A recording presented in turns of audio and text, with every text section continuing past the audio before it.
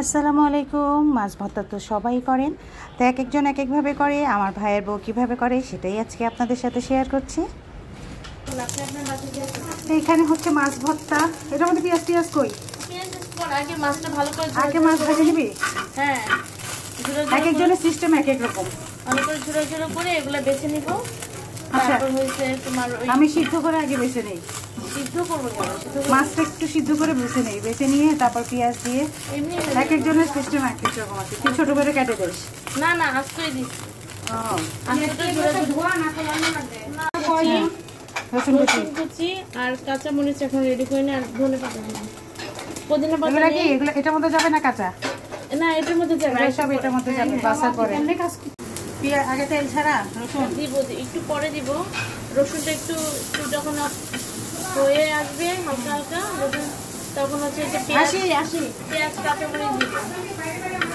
আগে মাছটা ভেজে দেয়, ওকে ভর্তা করবে, তারপর এগুলো দিয়ে দিবে। তো পেঁয়াজ কাঁচামরিচ এক পাশ দিয়ে দিয়ে দিই, কাঁচামরিচটা দিব ওই পাশে। আস্তে আস্তে ভালো হবে নাকি এতগুলো কাঁচামরিচ?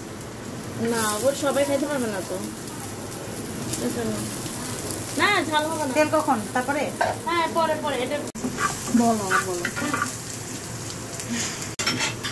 একটু সামান্য হলুদের গুঁড়া কালারের জন্য, তারপর হচ্ছে ধনেপাতা দিয়ে দেবো এখনই, যাতে পানিটা ইয়া হয়ে যায়। এই যে ধনেপাতা, পুদিনা পাতা নেই তাই পুদিনা পাতা দিতে পারছি না।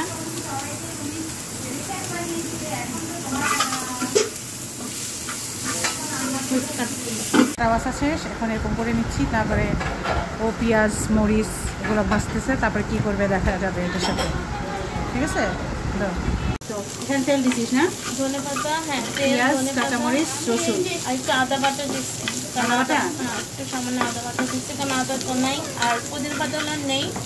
এখন ওই যে মাছ বাছা যে মাছগুলো ভালো করে বেছে, না ওগুলো মসমসে হয়ে যাবে, কাটা একদম মসমসে হয়ে গেছে। এই যে এটা দিয়ে দিচ্ছি। আম্মু হচ্ছে ইয়া দিত, তোমার লেবু পাতা আছে না, লেবু পাতা কুচি করে। এমনি মাছের মধ্যে একটু লেবু চিপে দিলে মাছের একটা যে গন্ধ থাকে ওটা। লেবু পাতাটা সবচেয়ে বেশি ভালো লাগে, ওই লেবু পাতাটা দিতে। এখন এটা আরেকটু ভাজা হলে লবণ পরে যখন ভর্তা করবে, মরিচগুলো যখন করবো ম্যাশ করার সময়, তখন কাঁচা লবণটা কাঁচা লবণ একবারে দিয়ে দিলে কি হয়? কাঁচা লবণ খাওয়া না, হবে কোনো না? সমস্যা নাই। এটা যে না, কাঁচা লবণ খাইতে নিষেধ করে না, তাহলে একবারে দিয়ে দিলে কাঁচা লবণটা খাওয়া হচ্ছে না। এখন দেখি মানে আটাশ করে দিয়ে দিলে আর কাঁচাটা খাওয়া হলো না। এরপর খালি ম্যাশ করা। হ্যাঁ, এখন ম্যাশ করবো। বাস করার পরে না নর্মালে রাখো, ডিপে জায়গা আছে। লবণ দিচ্ছি তাই লবণ দিলাম না। লবণটা দেওয়া হয়েছে একবারে। গরম সরষের তেল দেওয়া লাগবে না? না না, ফ্যানের সুইচটা দিয়ে দাও। না আমরা বন্ধ করে দিছিলাম, ঠান্ডা হয়ে যাচ্ছিল যে তরকারি সব। তো এখন খালি ম্যাশ করাই তো। এই যে হয়ে গেল মাছ। কত কি মাছ ছিল এটা? এটাই তো জিজ্ঞেস করিনি। রুই মাছ। হ্যাঁ, আমার বাসায় তো ওই যে পেটিগুলো কেউ খায় না, লেজগুলো খায় না, ওগুলো দিয়ে হয় কাবাব নাহলে ভর্তা। কাবাবের রেসিপি কিন্তু দেওয়া আছে। এই তো হয়ে গেল মজাদার মাছ ভর্তা। সবাই ভালো থাকবেন আর ট্রাই করবেন বাসায়। আবারও দেখা হবে। আল্লাহ হাফেজ।